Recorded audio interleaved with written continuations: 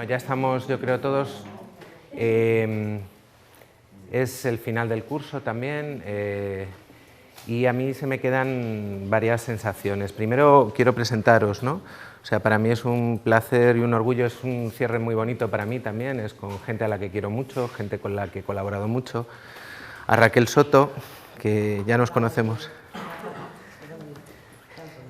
Y con Ana Abad, no es, el otro día visteis a alguien muy parecido, es su hermana gemela, que es Pilar, y no es que estén repetidas. Somos la misma. Son... De Ana siempre digo algo, que si no hubiera sido, no estuviera trabajando donde trabaja y fuera frutera, sería la frutera terapéutica del barrio, ¿no? Es de esas personas que es vocacional y que está en el lugar que debe estar. Y Raquel, aparte de ser una amiga y una persona estupenda, es una de las mentes más preclaras que he conocido en mucho tiempo y además con una capacidad creativa muy interesante. Ella es diplomada en magisterio, ahora está haciendo integración social y bueno, Ana Abad es terapeuta ocupacional del CRPS Latina. Bueno, a mí ya me conocéis, yo soy educador del Museo Thyssen y mi trayectoria es un poco extraña, que puede que también eso... yo vengo de... mi licenciatura es en arte dramático por la RESAR, mi especialidad es comunicación, textual, teatro textual. Y luego lo que hice fue diseño y cerámica artística, hice grabado con Esther Gutiérrez y creación literaria en la Escuela de Letras. Por tanto, mi perfil en principio es un perfil más creativo. Cuando empecé a trabajar con el tema de discapacidad, con la primera persona con la que me encontré, además el primer día que empezaba fue con Ana Abad. En ese momento no estaba en salud mental, estaba en discapacidad y fue una de las personas de las que más aprendí, con las que se generaron unas sinergias de trabajo en ese momento en teatro, ¿no? Lo que diseñamos fueron talleres de teatro para discapacidad y bueno, pues estuvimos durante 2 o 3 años trabajando con diversos montajes y bueno, pues funcionó bastante bien. Y Ana de ahí dio el salto a salud mental. Entonces, antes preguntabais cómo se contacta, en este caso fue un contacto natural. Ana al principio no veía muy claro el papel del museo en las primeras conversaciones, yo trabajaba con mucho entusiasmo ahí y fue una experiencia piloto que quizá de todas las que hacemos es la que ha crecido de manera exponencial también por el trabajo de los profesionales. Hay otras, trabajamos con Fundación Lester, con Rehabilitación en Drogadicción, con Comisión de Investigación de Malos Tratos a Mujeres, con mucho tipo de recursos, pero salud mental, y gracias también a cómo ha funcionado la red con ellos, ha sido lo que se ha extendido más y hoy en día pues puede que sean un 60-65% de los grupos o del trabajo que hacemos. Y yo no sé si toda, pero ha pasado gran parte de la red de salud mental de la Comunidad de Madrid por el museo y con muchos de ellos tenemos colaboración. Hemos trabajado con ciegos, hemos trabajado con enfermedades neurodegenerativas también, o sea que todos esos programas con inmigración, mucha de la gente que habéis visto ha colaborado, forma parte de la red y yo sé que teníais bastantes preguntas de cómo se aterrizan, cómo se llevan las cosas. Nosotros lo que hicimos al principio fue mailings, o sea, mailings, hay listados de asociaciones y les contábamos nuestro programa que además se basaba en una colaboración, nos interesaban sobre todo proyectos a largo plazo, pero no nos negamos al proyecto a corto o medio plazo, o sea, la visita es posible y lo que queremos después de la visita es que el propio recurso, los profesionales evalúen, sean conscientes de si es una herramienta para ellos o no y en ese punto también es donde hablábamos de que es muy importante concienciarlos de que es una herramienta. No me voy a extender más porque os cuento un poco, teníamos otra cosa preparada, pero a lo largo de la semana ha ido cambiando, se ha convertido en algo un poco informe y según lo que iba saliendo. Para mí lo más importante de hoy es que oigáis a Raquel, porque hemos hablado todo el tiempo de hablar, o hemos hablado de gente, pero no había, sí había, porque lo había traído Encarna, y Encarna es un caso modélico, ¿no? Porque no es ya que participen en el museo, es que son profesionales del museo. En el caso de Ángeles lo habéis visto y en el caso de otras personas con salud mental que también trabajan con ella, que son compañeros, y para mí ese es el ideal. También, o sea, las posibilidades de Encarna o de la dirección del museo o de un museo como el de Encarna, nosotros tenemos un marco al que nos tenemos que adaptar, también lo decía Juan ayer, no puedes hacer cualquier cosa en el museo por mucho que quieras. Para mí el ideal y la realidad es lo que nos contó Carlos con toda la humildad, y una de las cosas, yo sé que muchos os quedasteis dolidos por no poder oírle terminar, por teneros que ir antes, porque realmente cuando alguien te habla desde la verdad te desmonta. Hemos oído también, y vosotros sabéis quiénes hablan desde las ideas y quién habla desde la realidad o habla de... Cuando alguien te muestra su verdad te calla, se hace el silencio. Cuando alguien está hablando desde su realidad no hay mucha réplica. Cuando alguien te habla desde la teoría, y muchas veces hay gente que te habla desde la teoría, pero hay realidad en lo que te está contando, eso también tenerlo en cuenta. Lo que queremos hacer es primero que Raquel nos cuente su experiencia, que le preguntéis, que debatáis por eso. Nos hemos puesto así en la mesa, pero Raquel, igual quieres estar por delante o... No. Vale. Puede que debatamos con Ana también, puede que si vosotros lo dinamizáis la parte que me toca a mí no llegue, y si llega y sobra tiempo, la idea es que luego hagamos dinámicas. Hagamos un par de dinámicas y lo conseguimos con cuadros del museo, con 2 cuadros, para un poco recoger, o mi idea es recoger esa idea de trabajo en red y todo lo que hemos, todas esas ideas que han ido saliendo, esos conceptos, y espero que no sé si os apetece. Me quedo con ganas de algo, porque creo que si hacemos otra vez este curso habría que dejar una ponencia en blanco. Y es una ponencia para vosotros, porque, perdonadme la palabra, sois muy perros. O sea, hay mucha gente aquí que tiene mucha experiencia y mucho que aportar y no hemos tenido tiempo de escucharos. Yo he estado, y Ana, hemos estado muy pendientes de la coordinación del curso y de repente iban surgiendo pinceladas de gente que está haciendo cosas y que nos apetece y que sería, y creo que no hemos tenido suficiente espacio para escuchar, para saber quiénes sois. Y si hablamos de público, creo que lo importante es saber quiénes sois vosotros también. Nuestro público en este curso sois vosotros. Y si hablamos de gente, la gente tiene que estar. Ha estado Ángeles y va a estar Raquel. Yo quería empezar, y perdona que te quite así tiempo, leyéndoos una cosa del 2008, que era un prólogo para un libro que íbamos a hacer con Salvador y que no se llegó a hacer. Y me gustaría también que Ana luego nos leyera una cosa de David, que puede que algunos ya lo hayáis visto en redes públicos, incluso lo hayáis leído. Si somos redundantes os pido perdón. Y si no lo habéis mirado, pues bien. Se llama Educación y acción social en museos. La función propia de la imagen es hacer visible lo invisible. Esto es de San Juan Damasceno. Conocéis la revuelta iconoclasta, con nódulos. Y Jonathan Swift en el siglo XVII escribe: Visión is the art of seeing things invisible. Es el arte de ver las cosas invisibles. Quizá estas citas de comienzo podrían anteceder al epigrama de Marcial que aparece en el retrato de Giovanna Tornabuoni del Museo Thyssen, o aquella en la que Marcel Proust nos cuenta que el arte de descubrir no consiste en encontrar nuevas tierras, sino en contemplar las que conocemos con nuevos ojos. Cualquiera de ellas nos habla de visiones, y más aún, de visionarios. Nos hablan de lo invisible, nos hablan del arte de transformarlo, de darle un cuerpo, una realidad, una presencia. Este texto es para gente que cree en hacer para ser y llegar a ser. Creer ya es una manera de ver y, por tanto, de hacer visible. Desde un pensamiento comunitario es difícil entender una comunidad en la que no se cuenta con el otro, en la que se le ignora, se le hace invisible, en la que se vive en compartimentos estancos. La escena callejera de Gross, pintada en el para los alemanes duro periodo de entreguerras, nos muestra una ciudad de caricatura, gris, fea, deforme, pero mediocre, donde el único habitante que tiene un ojo es un lisiado de guerra que necesita de su comunidad para sobrevivir con dignidad.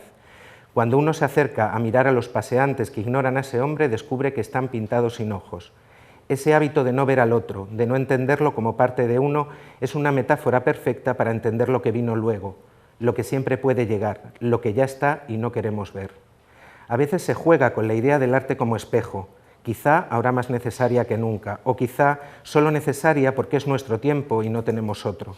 Sea como sea, la realidad es que nos urge abrir los ojos, tener visiones, contemplar las posibilidades y sobre todo mirarnos en los espejos, ver a los otros, aún más, ver a los invisibles, porque como decía Odiseas Elitis, si un hombre quiere verse, en otro hombre ha de verse, al enemigo, al extranjero, lo vimos en el espejo.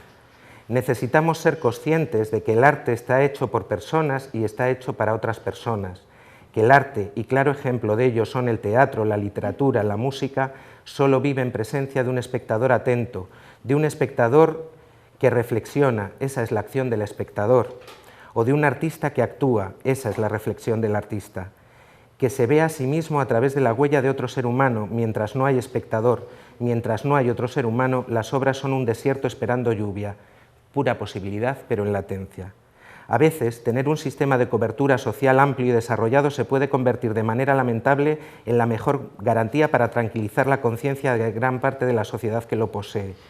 Para invisibilizar tendemos a especializar, a crear compartimentos asépticos y estancos, a poner un cristal entre nosotros y la realidad, a vivir con el temor clínico de que ese cristal se rompa. Quizá ninguna obra nos represente esto más violentamente que la obra de Damien Hirst.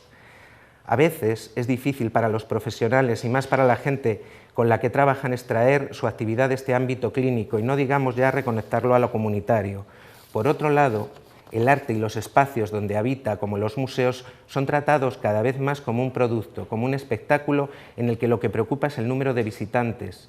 Cada vez va más gente a los museos y eso es sin duda maravilloso, pero ¿saben realmente a qué van? En un mundo como el nuestro, cada vez más lleno de ruido visual, se corre el riesgo de que los espectadores atraviesen los espacios artísticos, en teoría dedicados a la reflexión, la experiencia y el conocimiento, como quien pasa por un centro comercial con la sensación de un paseo insustancial, de una obligación cultural hecha, con el verdadero riesgo de convertir los espacios artísticos en un no lugar. Está claro que lugares como los museos y los centros de arte mantienen su aura y su prestigio, y que éste se ha democratizado convirtiéndolos en centros de confluencia comunitaria, en verdaderas ágoras públicas. Es el marco perfecto para la visibilización. A pesar de este panorama que se dibuja como en aquella frase del principio de Historia de dos ciudades de Charles Dickens, eran los mejores tiempos, eran los peores tiempos.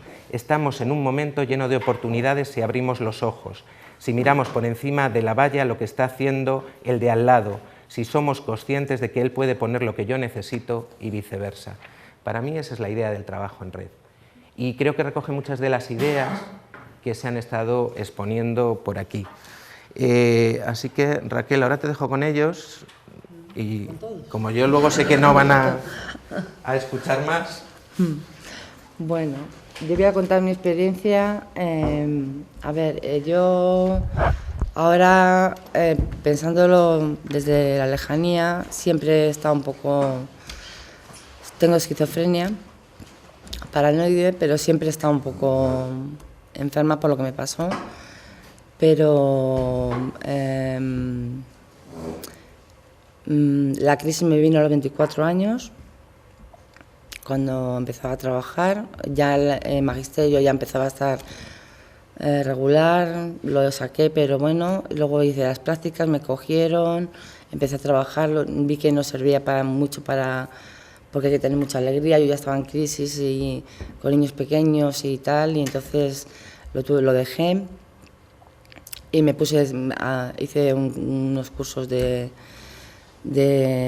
informática, y me metí en secretariado y bueno, pues llegué a los 24 años y en el último trabajo peté y ya me diagnosticaron brote psicótico,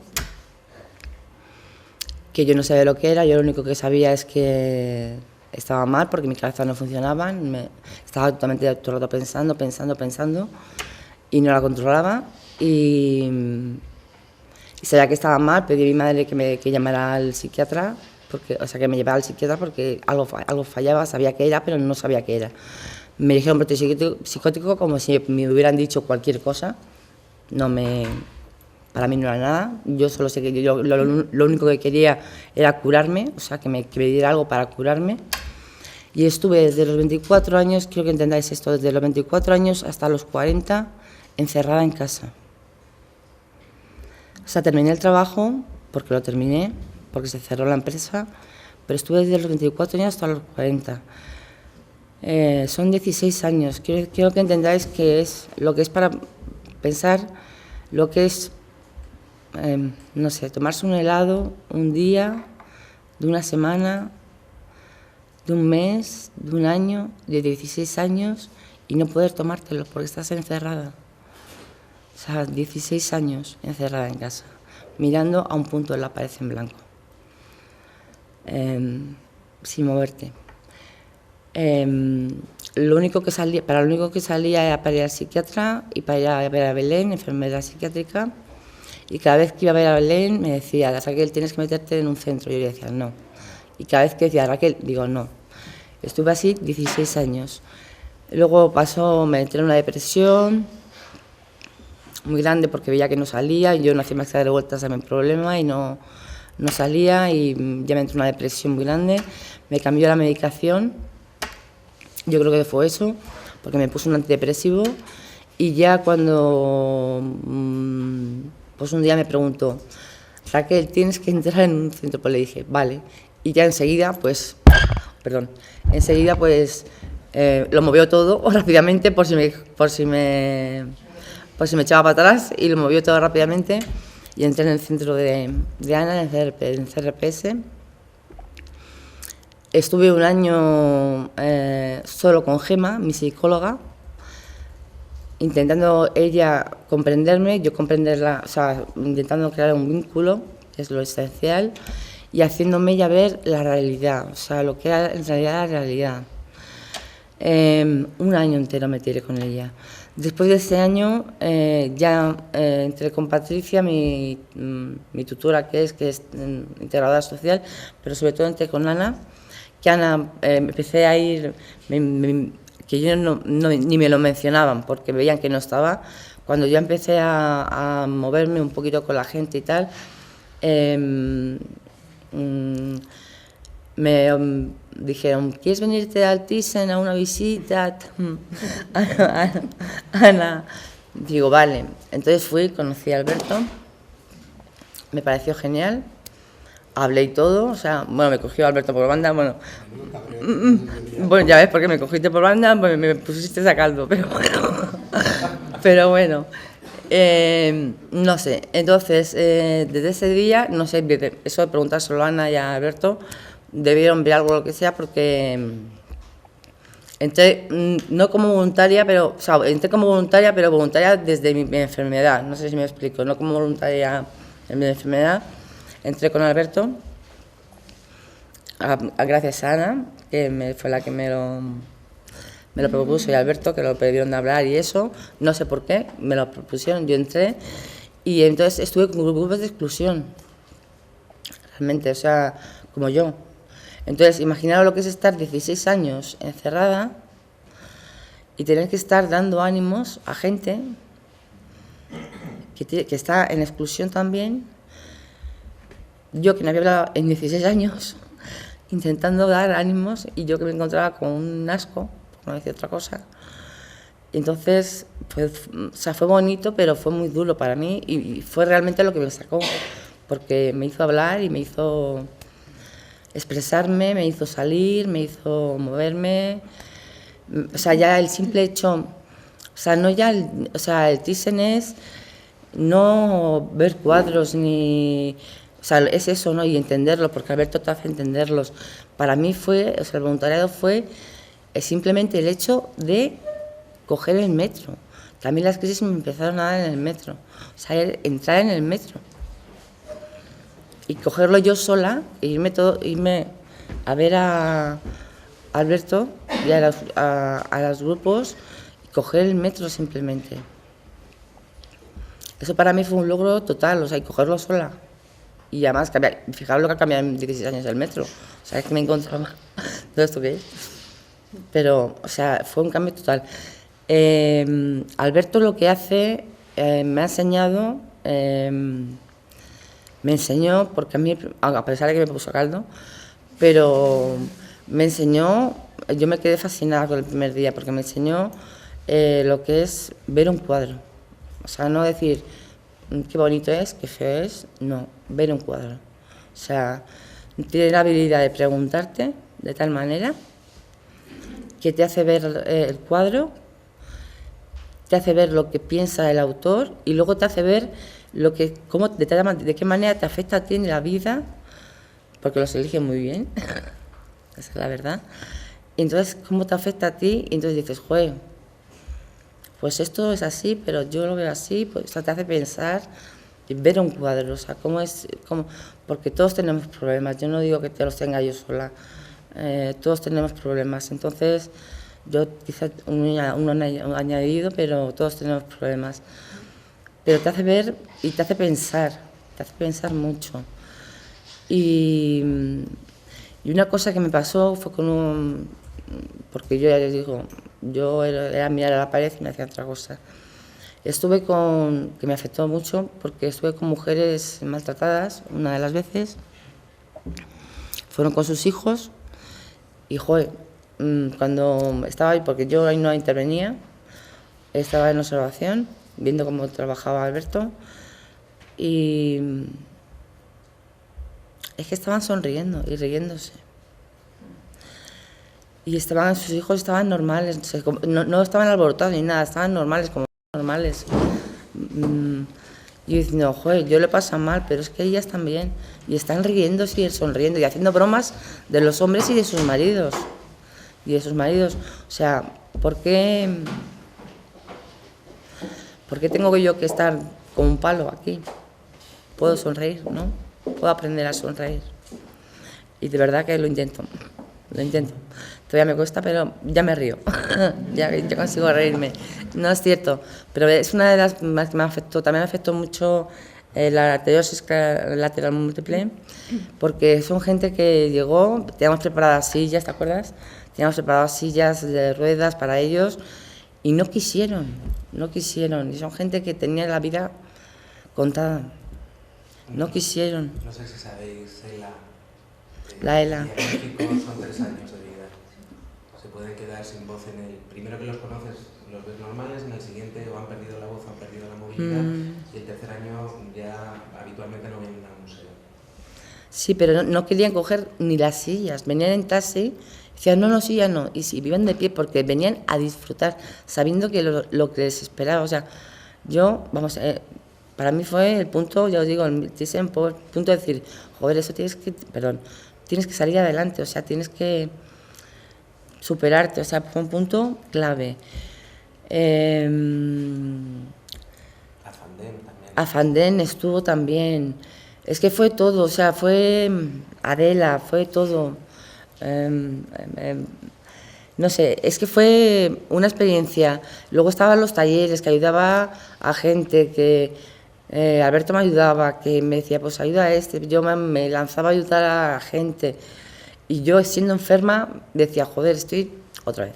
Pero tú eres maestra también. Sí, pero estoy ayudando también. Entonces, eso para mí, por ejemplo, ha hablado de hacer visible lo invisible, ¿no? Ha hablado Alberto en su texto. Esas capacidades que tenía yo, o que puede que las tuviera, las que estaban saliendo, estaban surgiendo, y poco a poco, además ha hablado del cuadro de Giovanna, ha hablado de lo invisible, de Giovanna Tornabuoni, que fue el cuadro que expliqué yo, porque me gustó mucho cuando lo explicó. Yo cuando estaba en observación lo explicaba mucho, y me gustó mucho lo que quería decir el cuadro, y cuando hicieron el Día de los Museos, ese fue el cuadro que elegí yo, porque aquello que no es visible es lo más importante. O sea, yo tengo esquizofrenia, pero yo soy una persona. Tengo mi personalidad, puedo llorar, puedo reír, pero no porque esté enferma. Puedo enfadarme, pero no porque esté enferma. También me puede dar crisis porque estoy enferma, pero tengo mi personalidad, ¿no? O sea, es una parte de mí que está ahí, que no la puedo evitar, pero tengo otras muchas facetas. Entonces, a partir de ahí, he evolucionado, no sé si podéis imaginar cuánto. O sea, para mí cosas que eran impensables, las estoy pasando ahora con 46 años que tengo ahora. Yo entré con 40 en el CRPS. Ya con 46 les estoy pasando. O Son cosas muy íntimas, pero... Pero que se pueden contar. A ver, tengo pareja, es un encanto. Vives, ¿verdad? Vives. Que no, que es un tipo. No, pero te quiero decir que eran cosas impensables para mí, que no pensaba yo que fueran a ser posibles, pero vamos, desde niña, o sea, imposibles, o sea, para mí eso estaba olvidado. Y lo han conseguido, o sea, no sé cómo deciros. Y lo han conseguido desde que estuve en el Thyssen, que ya os digo que fue un punto de inflexión. Eso lo has conseguido tú. Bueno, ya estamos con lo de siempre, lo he conseguido yo, lo has conseguido tú. Es que, siempre lo has conseguido, estamos con lo mismo, lo ha conseguido Ana o lo ha conseguido Gemma o algo. Pero es que lo ha conseguido. Ya, pero que me habéis ayudado un montón, o sea, que yo que siempre diciendo que no, si yo hubiera sido más inteligente, lo hubiera dicho antes, no con 40 años, pero tampoco hubiera entrado en este centro porque se abrió justo cuando yo entré yo, o sea que estaba esperando justo el momento, o sea, es que no os podéis imaginar que era con gente muy profesional y muy maja, o sea, el empezar a ir al centro y ir con mi madre al principio, con Gemma, ir al principio, y luego voy a decir un día a mi madre, no vengas, voy yo sola, ir muerta de miedo. Y llegar allí y que la gente se diera la vuelta, te viera y una sonrisa, eso te hacía decir, joder, puedo dar el último paso para llegar al CRPS y estar. O sea, esa sonrisa, que parece que no, es verdad, es cierto. O sea, que te miren y que te sonrían y que sientas, joder, es que me están ayudando y que lo aprecian. O sea, te da, porque vas llegando, te están mirando, yo, ay Dios mío, pero te sonríen y ya dices, jo, el último paso. Llego y estoy en el CRPS. Y eso ha sido una evolución y ya os digo, o sea, yo he llegado a... Pues no, yo pensé... Pero claro, yo tengo la pensión mínima, la no contributiva. Tengo mucha edad, ¿no? Yo por lo que he estudiado en iniciación ocupacional lo tengo súper complicado por ser mujer y por tener más de 45 años para trabajar, lo tengo súper complicado. Aparte que lo tengo que pegar a todo el mundo, pero yo más, y por ser enferma además, pero lo tengo súper complicado. Pero me tenía que poner a trabajar. Y de maestra no quería porque ya os digo que no creo que sirva, pero de secretaria no quiero porque acabé estresada completamente. Y el hecho de lo que me han ayudado, tenía que ayudarlo yo. Y qué mejor que hacer integración social. O sea, tenía que ayudarlo yo. Y si puedo y lo saco, lo sacaré. Y si me sirve simplemente para mí, porque me ha servido mucho para mí, y no puedo trabajar en ello, me da igual. O sea, lo voy a intentar, me han quedado 2. No, me han quedado 2, pero no he estado en la segunda evaluación porque me puse regular, o sea que me puedo dar con un canto en los dientes, o sea, gracias a Dios. Y si las apruebo ahora en septiembre, ha habido un problema porque, si me paso me lo decís. Yo quería hacer enfermedad mental realmente porque, lo que me ha ayudado a mí me gustaría ayudarlo. Es muy complicado porque yo también soy enferma mental, pero quería probarlo, ¿no? Y me dijo mi tutor que si hacía enfermedad mental tenían que decir que yo era enferma mental en los sitios donde se hacen las pruebas, o sea, las prácticas. Entonces, hay sitios que no querían, pero hay sitios que sí.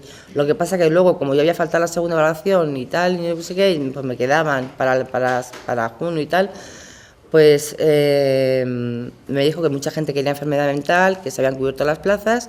Entonces, si yo apruebo estas 2 que me quedan, espero aprobarlas, pasaré el año que viene a prácticas y haré de discapacidad intelectual. Que no sé cómo va a salir, porque no lo sé, pero... Esperemos que mucha de esta gente esté en algún momento en un museo, dirigiendo un museo... Bueno... Espera. Entonces, véndete laboralmente para Vale, cuando ellos te puedan contratar. yo haré todo lo que pueda. No, pero yo lo veo así, o sea, mucha gente ha entrado en esto de integración social por la nota, para hacerse, no han llegado con selectividad, han entrado por la nota y lo que quieren hacer es psicología o lo que sea, ¿no? Pero mucha gente ha entrado por integración social, porque quieren ayudar a la gente. Y yo al principio, yo no hice la matrícula con discapacidad, la hice normal, porque no quería que se supiese. Sin embargo, el primer día que nos hizo presentarnos a todos el profesor, lo solté. No se habían de enterar porque nadie me dijo nada, porque estábamos todos pasmados. Pero luego ya lo he ido sacando, lo saben todos y tranquilidad absoluta. O sea, quiero decir, no me tratan ni, ay pobrecita, ni no sé qué, ¿no? Tengo mis amigas, mis amigos, algunos los llevarán mejor, otros los llevarán peor, pues no sé, pero... Raquel, ¿tú cómo crees que si ellos trabajan con grupos de salud mental, cómo deberían abordarlo? Porque lo que necesitan también son pautas de cómo... No, ¿un integrador social? No, si son profesionales, educadores de museos, se encuentran un grupo de salud mental, tú, ¿cómo les recomiendas que lo aborden, que trabajen? Pues explícalo tú, macho, ¿para qué? Dales tus pautas. No, pero yo ya digo, es que lo deberías explicar tú, porque es que eres tú el que lo haces, es que es observando al usuario y qué es lo que quiere el usuario, esperar empatía, sobre todo crear un vínculo con el usuario, crear un vínculo de sinceridad de él hacia ti, de ti hacia él, y partiendo de ahí, ¿qué quiere él hacer? No lo que quieras tú, sino qué quiere él hacer, el empoderamiento, qué quiere hacer. No hay que obligar a nadie, o sea, a ver, ¿qué quiere hacer? No te va a decir que quiere matar a alguien, no, quiero decir, pero ¿qué quiere hacer en la vida? O sea, sacarle lo que han hecho conmigo, o sea, sacarle lo que lleva dentro y qué quiere hacer él con su vida. Y crear esa empatía y ayudarle a que se vea.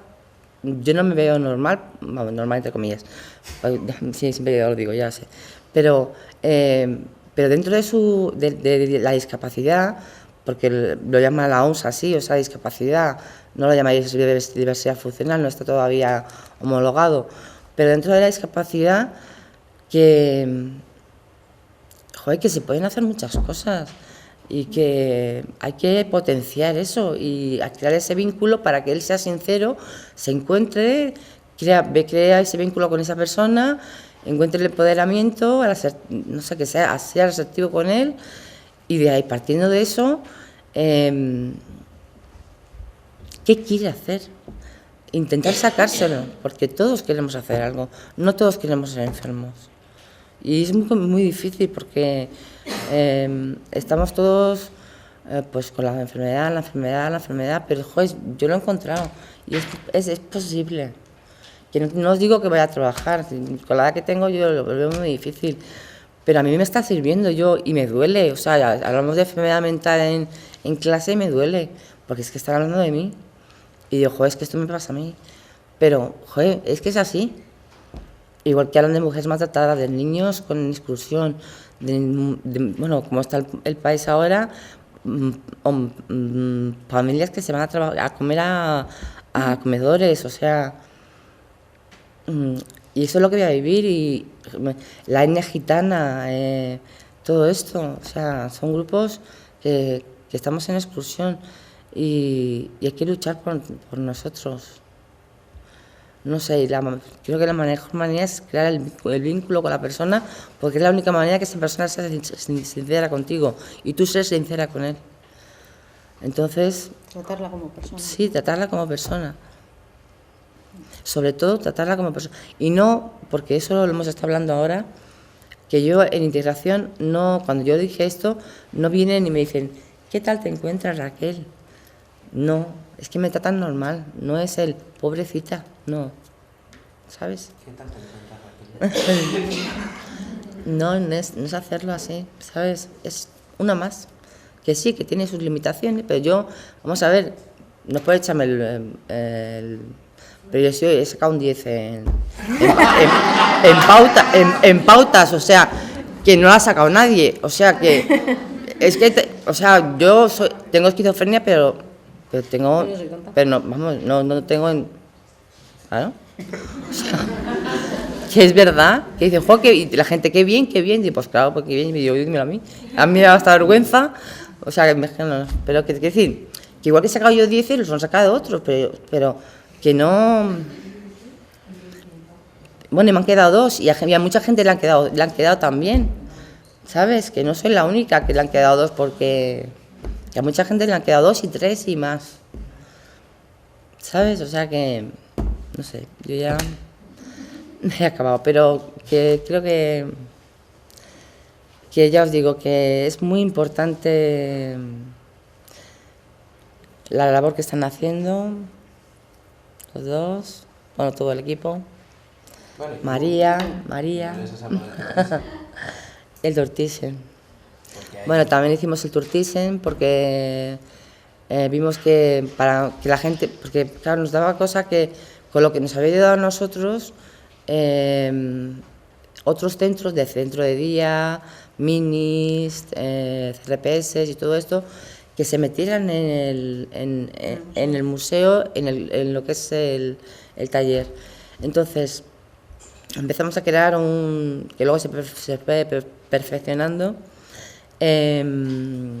pues el ir a los centros y hablar de nuestra experiencia. Y, joder, lo hemos conseguido, ¿verdad? Estáis petados. Yo ya estoy, sí, Tour-Thyssen le llamamos. Yo ya estoy desligada de eso, pero ahora está Pablo Isorna y Manuel. Manuel le conozco poco porque yo estoy un poco despegada de CRPS, pero Manuel también. Y están los dos, y van los dos y hacen lo mismo, o sea, y lo llevamos haciendo un montón de tiempo. Y la gente se anima, ¿sabes? Parece que no, pero dicen, bueno, pues vamos a verlo. Y es que de verdad que ayuda mucho, que Alberto, eso. No lo voy a decir. Leandro, bueno, no le gusta que, bueno, mi amigo íntimo, también tiene discapacidad.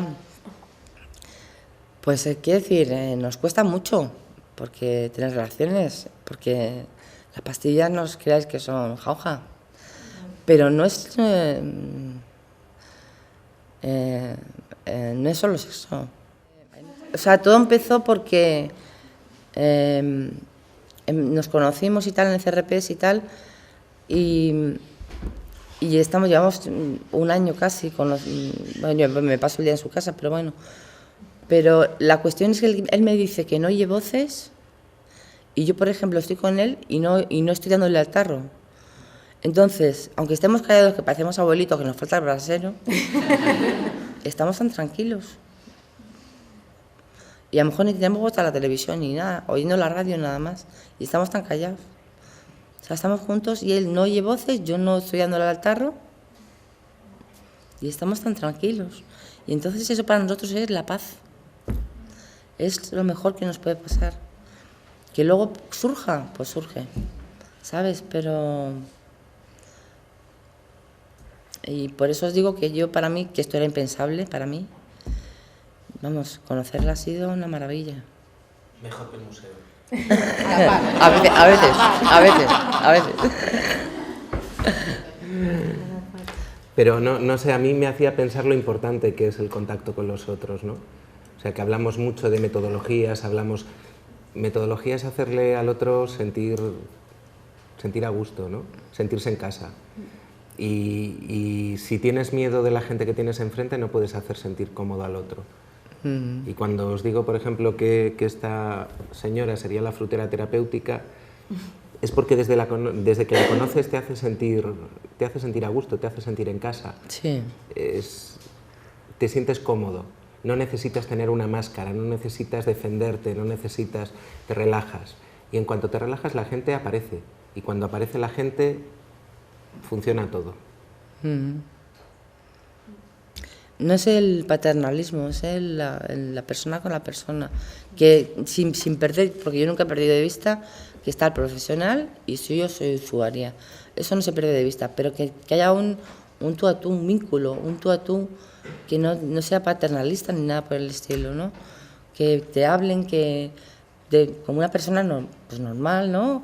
Pues mira, pues lo que te pasa a ti le pasa a cualquiera, o sea, yo qué sé, pues que tienes un día malo, pues todos tenemos días malos, que no trabajas, pues no hay gente que no trabaja, pues no estás estudiando, pues no hay gente que con, yo qué sé, qué años que sigue estudiando porque no tiene trabajo, ¿sabes? ¿Sabes? Que te hablen normal, y es la vida, es la vida, que aparte tengo esto, vale, lo acepto, ya lo tengo que aceptar por narices, porque es que lo voy a tener toda la vida, voy a tener que tomar pastillas toda la vida, pero es que es así la vida, o sea, yo tengo problemas y vosotras tenéis problemas, o vosotros, y ya está. Y aparte tengo un poquito más, pero un poquito más. Espero que siga siendo un poquito más, porque porque crisis me dan crisis y a Leandro también, y las pasamos como podemos, y nos olvidamos, pero ahí estamos. Y que dure lo que tenga que durar. A la habitación no vuelves. ¿Eh? Que a la habitación no vuelves. ¿Qué habitación? La del punto. No, yo ahí no quiero. Claro. Pues ya está, ya acabo. Bueno.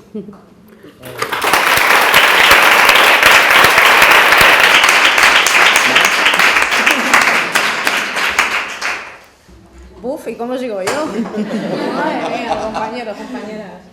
Bueno, gracias de verdad porque estamos felices de estar aquí. Para mí es pues un honor el poder compartir con vosotros y sobre todo al lado del ejemplo y del regalo que Raquel ha supuesto en el centro. Y ejemplos como Raquel, pues gente con más o menos dificultades, pero personas, ¿no? Quizás sea eso el núcleo principal del trabajo que nosotros tenemos. Formamos parte del CRPS de Latina, que está ubicado dentro de la red de atención a personas con enfermedad mental que tiene la Comunidad de Madrid.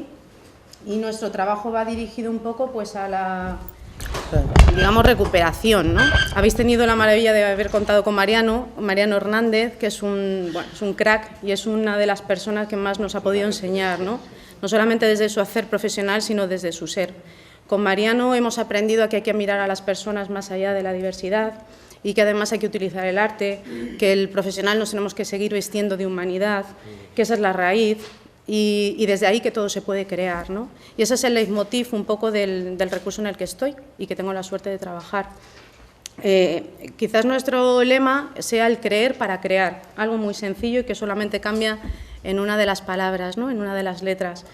Cuando crees en las personas, cuando crees en las posibilidades, cuando ves más allá de la dificultad, de la diversidad, pues todo se transforma. Y ahí está la confianza, la paciencia, entender que eso forma parte de un proceso, que no va a ser fácil el tránsito, pero que tenemos que caminar. Nuestra experiencia nos hemos ido dando como cabezazos, ¿no? Y hemos llegado a entender y estamos entendiendo que nuestra filosofía de intervención va de la mano de expertos, una visión de expertos. Nosotros seríamos los profesionales que estamos en el centro, compuesto por psicólogos, trabajador social, terapeuta, educadores, administrativo, nuestra chica de limpieza.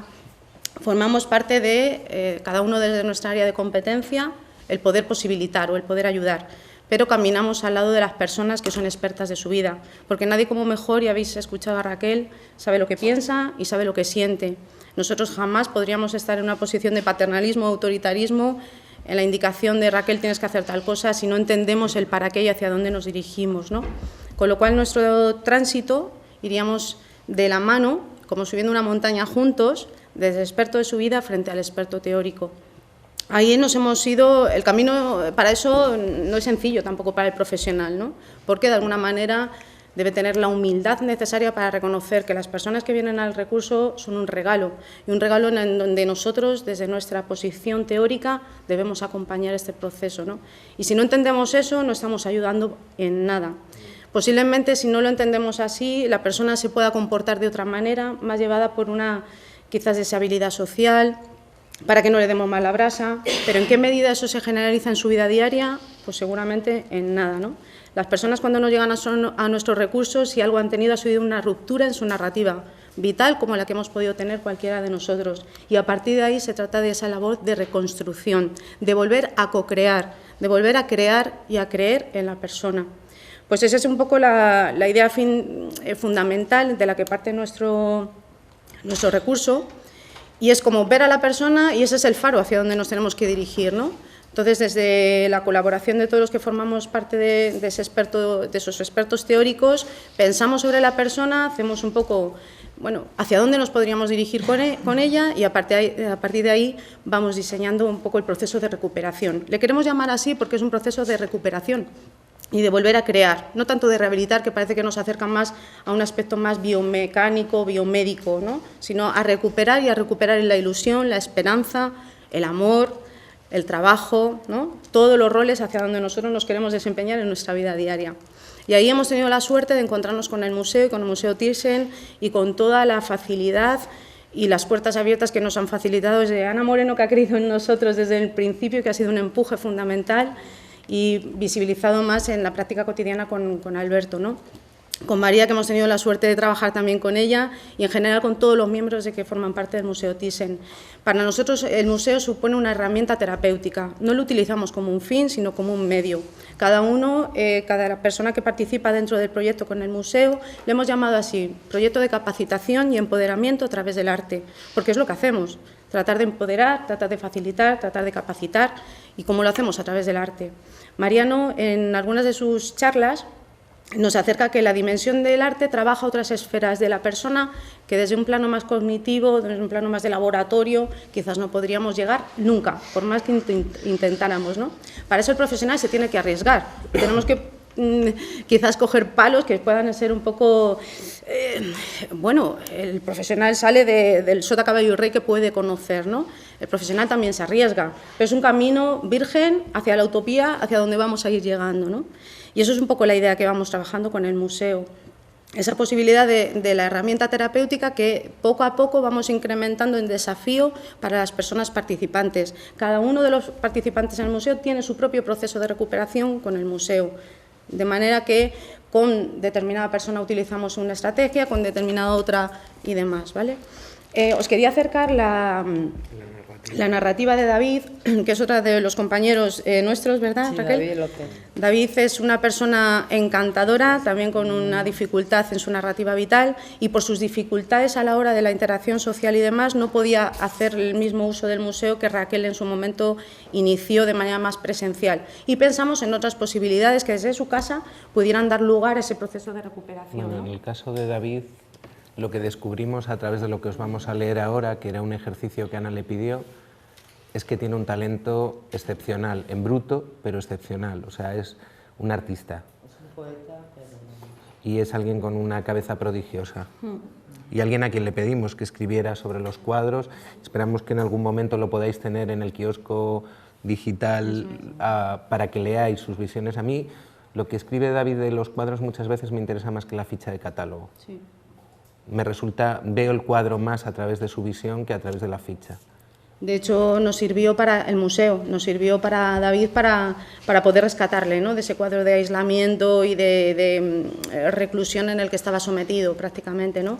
Él, por propia iniciativa, a través de la motivación que íbamos despertando con él, con el uso del museo, fue capaz de poder crear un blog personal en donde iba colgando cada uno de los cuadros y la visión subjetiva que tenía de cada uno de ellos sin llegar, sin llegar a visitar físicamente el museo, ¿no? La parte de la web, la visita virtual, nos facilitó toda esa herramienta que de alguna manera nos acercaba al museo como podíamos, ¿no?, para ir a hacer acercamientos de alguna manera a poder posibilitar algunas de las visitas, ¿no? Luego vino en algunas de las ocasiones, pero eso sí vimos que para él quizás era un desafío demasiado elevado, ¿no? Teníamos que bajar la expectativa en este sentido para poder trabajarlo en otro momento adecuado, ¿no? Todo esto lo hemos posibilitado ahora en este libro digital que os comenta Alberto y que esperemos vea la luz próximamente y que os guste y que os sirva sobre todo, ¿no? De lo que os va a leer Ana, que para mí debería ser un texto deontológico de cualquier persona que trabaje con otra y que esa persona dependa de él, va a emplear dos palabras, que es terapeuta y paciente. Podemos llevar ese texto a museo y podemos cambiarlo por educador y visitante, o por profesor y alumno. Si hacéis ese ejercicio, simplemente veréis que el texto vale igual. Y para mí debería ser un decálogo de práctica. O sea, debería figurar como la primera página de cualquier tratado de cómo debe ser el trabajo. Pues dice así: desde mi punto de vista, creo que lo ideal sería que el terapeuta aprendiera del rol del paciente y el paciente del rol del terapeuta, realimentándose continuamente en un continuo aprendizaje. Así, entiendo yo, no sería conflictiva la relación en ese caso y, en teoría, no surgirían problemas. Pero la realidad va por otro camino algunas veces. Por parte del terapeuta surgen autoritarismos, también paternalismos. Por parte del paciente se instala la queja y la pasividad. El terapeuta debe hacer ver que el paciente es el protagonista, que la enfermedad mental abre nuevas posibilidades, transmitir que el paciente puede rehabilitarse. Debe dar tiempo al tiempo y tener mucha paciencia. Debe tener firmeza pero flexibilidad a la vez, hacer ver que somos muchos los protagonistas y que el terapeuta tiene que repartirse entre esos muchos. Se deben buscar dinámicas nuevas, debe darse y recibirse información, cuanta más mejor, insuflar optimismo y buen rollito, sostener, apoyar, ayudar. El nivel de implicación emocional debe ser el ajustado, no debe anidar en el terapeuta la sensación de fracaso, transmitir la importancia del hacer. O sea que, como veis, David es un ejemplo de hacia dónde debe ir la relación terapéutica que se establece entre el experto teórico y el experto de su vida y entre el agente social, el agente educativo y nosotros, ¿no?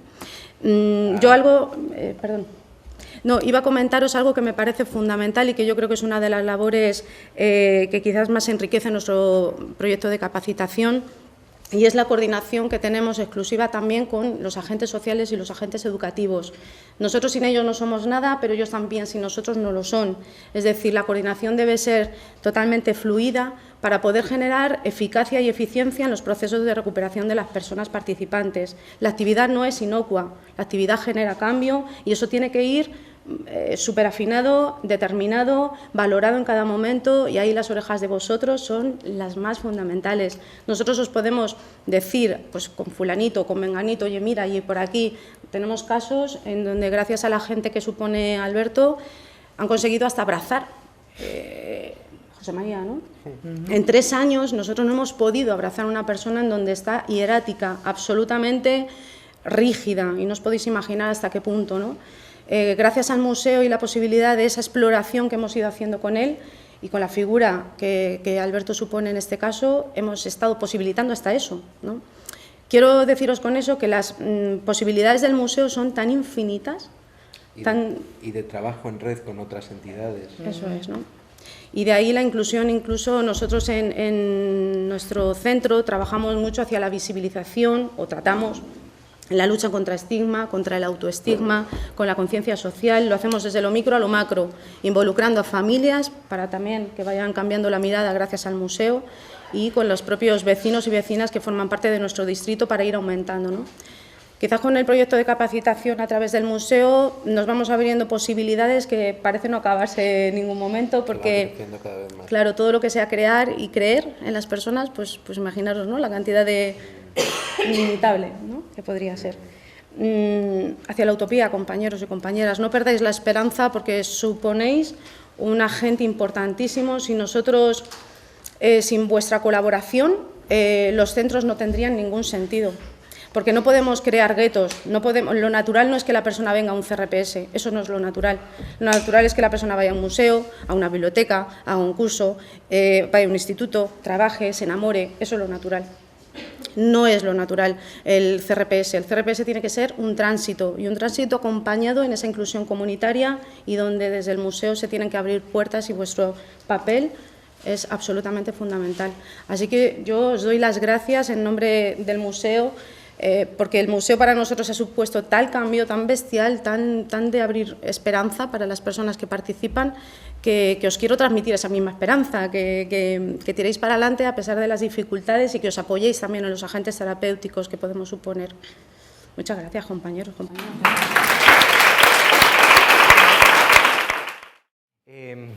Bueno, me gustaría empezar como empiezo una visita, porque creo que al final te hablan de muchas cosas, pero yo lo que soy es educador y no quiero ser otra cosa, y es lo que sé hacer, y quizá lo que puedo hacer con vosotros, he estado toda esta semana pensando dinámicas, cosas, y al final tenemos 10 minutos. Y yo lo primero que les pregunto, creo que la gente va a los museos como a muchas cosas y ni siquiera saben a qué van. Ni siquiera nos han enseñado a qué vamos. ¿Con qué veis? ¿Con qué veis? ¿Con qué ves? ¿Cómo te llamas? Yo, Clarisa. Clarisa, ¿con qué ves? No, pero es que yo tengo otra forma Cuéntanos de tú. pensar. Cuéntanos tu teoría. Porque, bueno, como yo soy de México, primero he visto las cosas en los libros y cuando yo llegué aquí vi por primera vez algo que veía en el libro fue las sensaciones distintas, pues como escaparate. Ah, tú estás criticando cómo se va a los museos y qué. No, bueno, por lo que dijo ella. Ah, por lo que dijo ella, porque tu manera de ir al museo es otra. Sí, yo no voy a ver nada más. Vale. Y hay mucha gente que sí. Pues no sé. O sea, ella hizo que sí. No, pero yo como trato que de no sé entender. por qué. Bueno, porque ahora se nos abren dos caminos aquí interesantes. Vale. Yo creo, si me dejas, que Claro. ir a un museo es una experiencia individual. Que cada uno va y puede saber a lo que va o puede no saber a lo que va.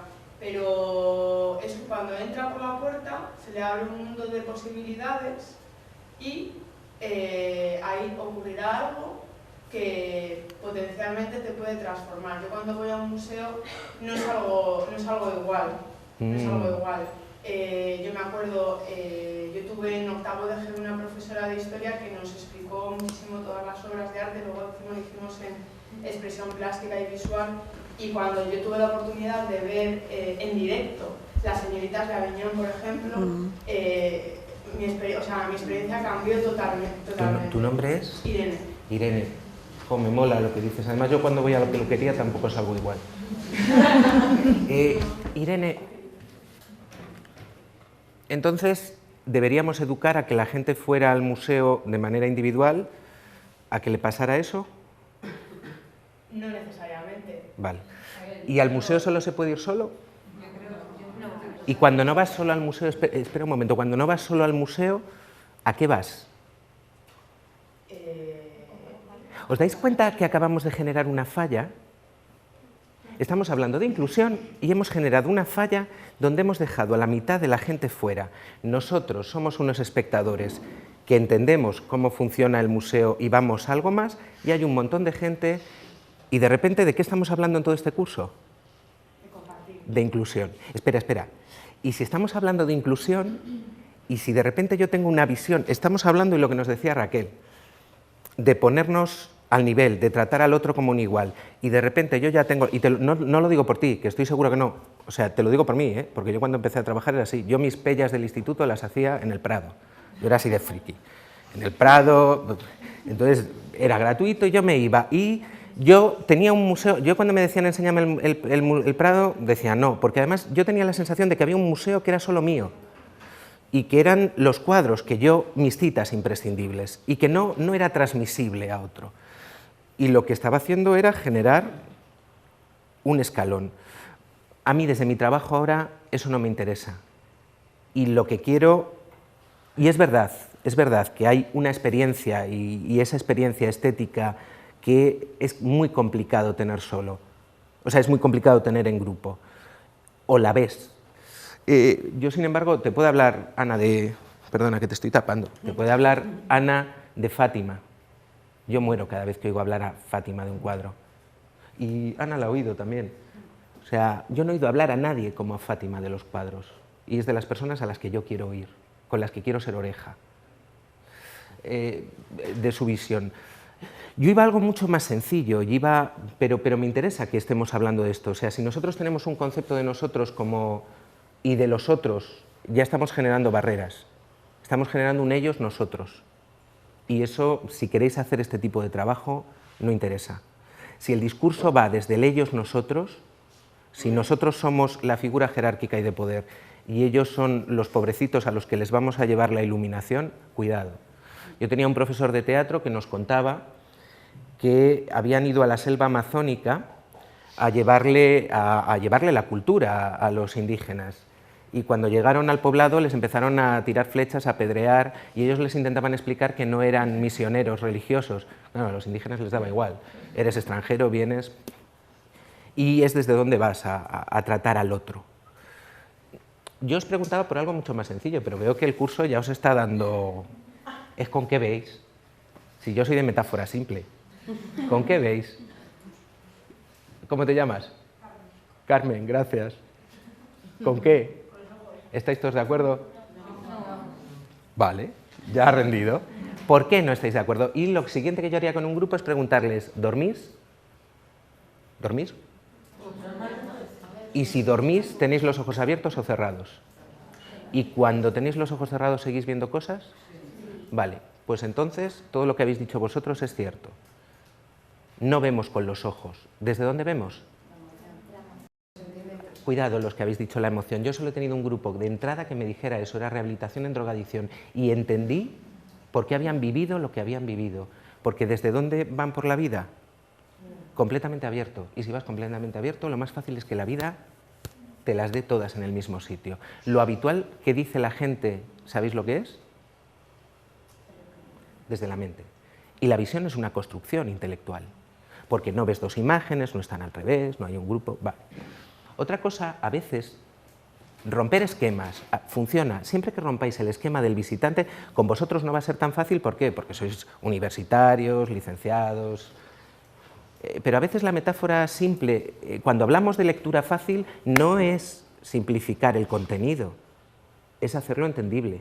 Y un contenido muy abstracto se puede hacer entendible de una manera muy sencilla.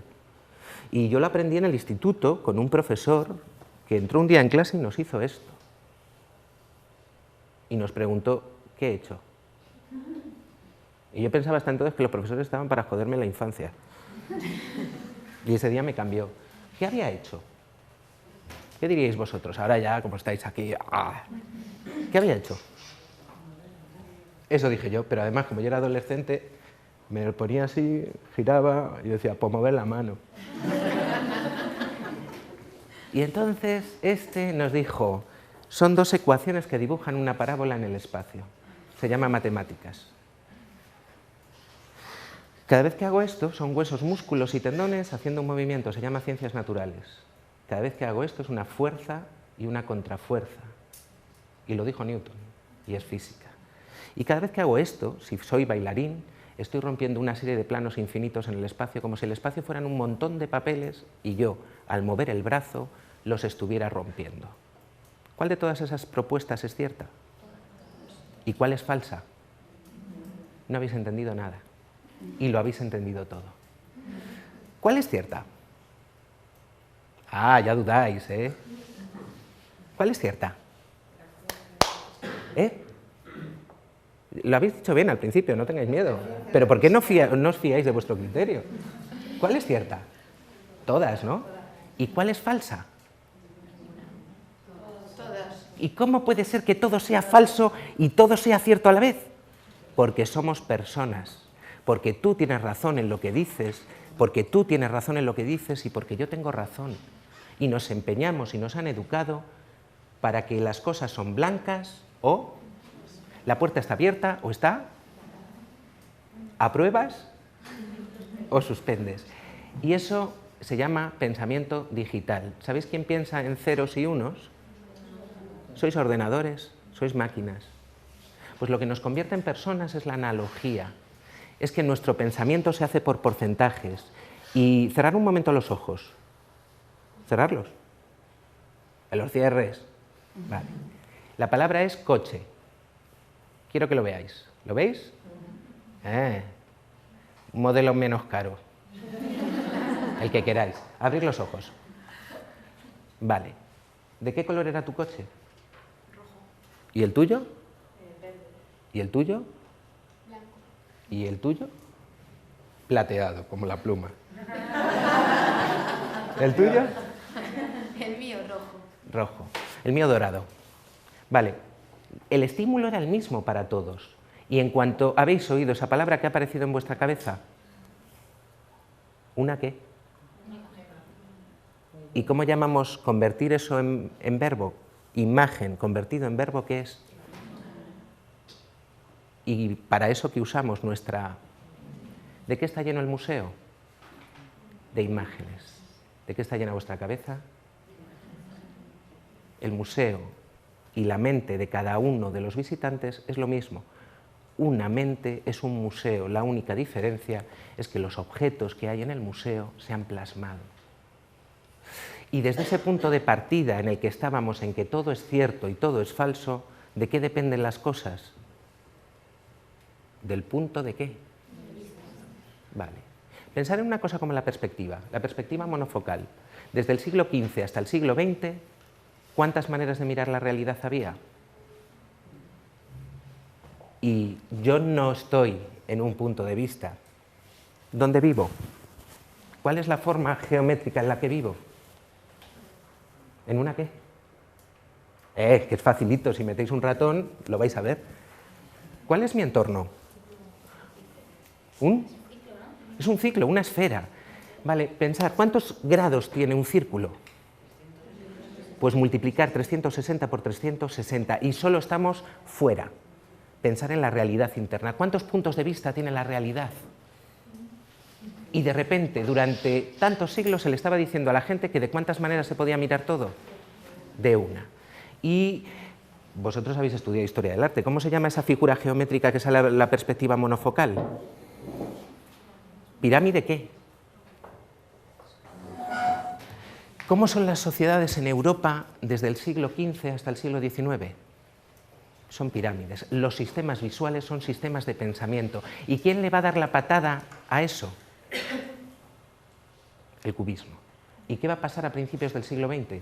Cuando Einstein lo pone en duda todo, cuando Berger lo pone en duda todo, cuando Picasso y los cubistas lo ponen en duda todo, que cambian los sistemas de imaginar, cambian los modelos, se genera un nuevo mundo de imágenes. Y pensar cuándo empieza la diferencia entre los seres humanos. Si vais a ver arte rupestre de Altamira y vais a ver arte rupestre de Argentina o vais a Altasili, os daréis cuenta que los seres humanos estaban hablando el mismo idioma. ¿Y cuándo se diferencia? Cuando empieza la cultura, cuando salimos de la realidad y nos metemos ¿dónde? Y cuando empezamos a diferenciarnos. Esa es la maldición de Babel. Eso es Adán y Eva. Y, como todo, el pensamiento humano es profundamente simbólico, sin balón, sacar hacia afuera. El arte es un símbolo, es un lenguaje, igual que la física, que la matemática, que todo. Son lenguajes. Y aunque os parezca mentira, lo único que nos han enseñado desde que hemos nacido es a ponerle a las cosas ¿qué? ¿Tú cómo te llamas? No, Mari Carmen. Delia. ¿Tú eres Mari Carmen? Se supone que sí, por mi nombre. Vale, esa es la respuesta inteligente. Porque Mari Carmen, ¿qué es? Simplemente un qué. ¿Y tú eres un nombre? Yo soy persona, soy pensamiento, soy emoción. No, eso son ideas. Tú eres esto. Físico. Esto que está muy bien esto. Vale. ¿Qué es esquizofrénico? Un nombre. ¿Habéis ordenado los calcetines? ¿Qué pasa cuando ordenas los calcetines? Que siempre hay un montón que no cuadran. Pues nos han enseñado a poner etiquetas en diferentes nombres a todas las cosas. Y si leéis a David Bohm, si leéis sobre la creatividad, uno de los físicos cuánticos más importantes que hay después de Einstein, que curiosamente se llevaba muy bien con Krishnamurti, una de las cosas que va a decir es que el caos no existe, es simplemente otro sistema de orden. Y desde el sistema de orden en que nosotros estamos, no podemos entender lo que no está fuera del sistema de orden. Eso es una puta locura, con perdón por la palabra.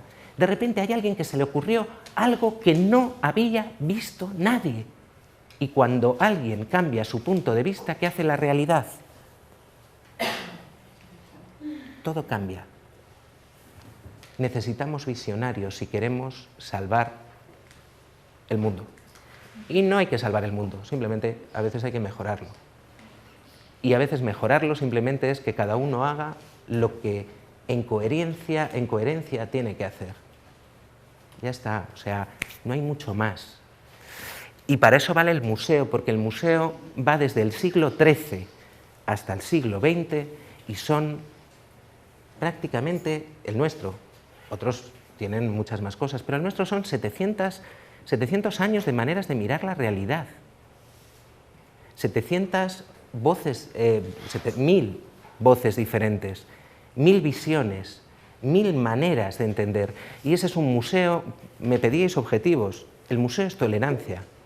Las obras del expresionismo alemán o el expresionismo abstracto americano son la garantía absoluta de que hay derecho a mirar la realidad como nos dé la gana. Porque si no hubiera pasado el contexto histórico que pasó, esas obras serían arte degenerado y estarían en otro tipo de museos, o jamás se habrían creado. ¿Cómo podemos trabajar? Adaptando, y adaptando al lenguaje, adaptando a la necesidad, adaptando a lo que queráis. Me gustaría pediros un último ejercicio, porque veo que igual ya vamos muy mal de hora, los 10 minutos se han hecho más largos. Quiero que miréis ese cuadro. Quiero que miréis ese cuadro. ¿Sabéis lo que es un haiku? 3 versos. Tres versos o 2, 17 sílabas, pero no quiero que seáis métricos, no. Quiero que escribáis 3 ideas sobre ese cuadro. En frases, cortitas, no hace falta que sea la Biblia.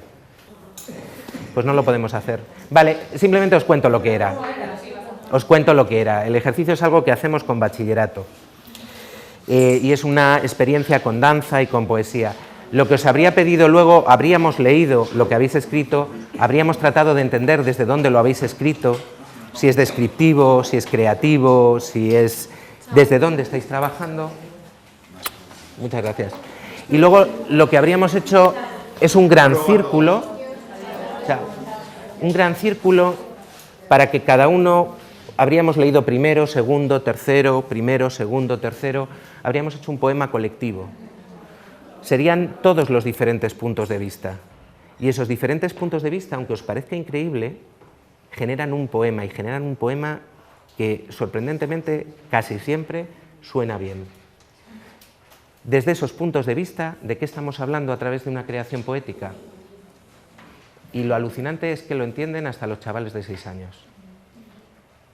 Estamos generando una red, estamos pidiéndole a los otros que participen, estamos utilizando a todo el mundo y no estamos traicionando el espíritu del cubismo, estamos generando una metáfora, y una metáfora en la que ellos son los constructores, desde la que lo pueden entender, desde la que cualquiera puede entender el cubismo.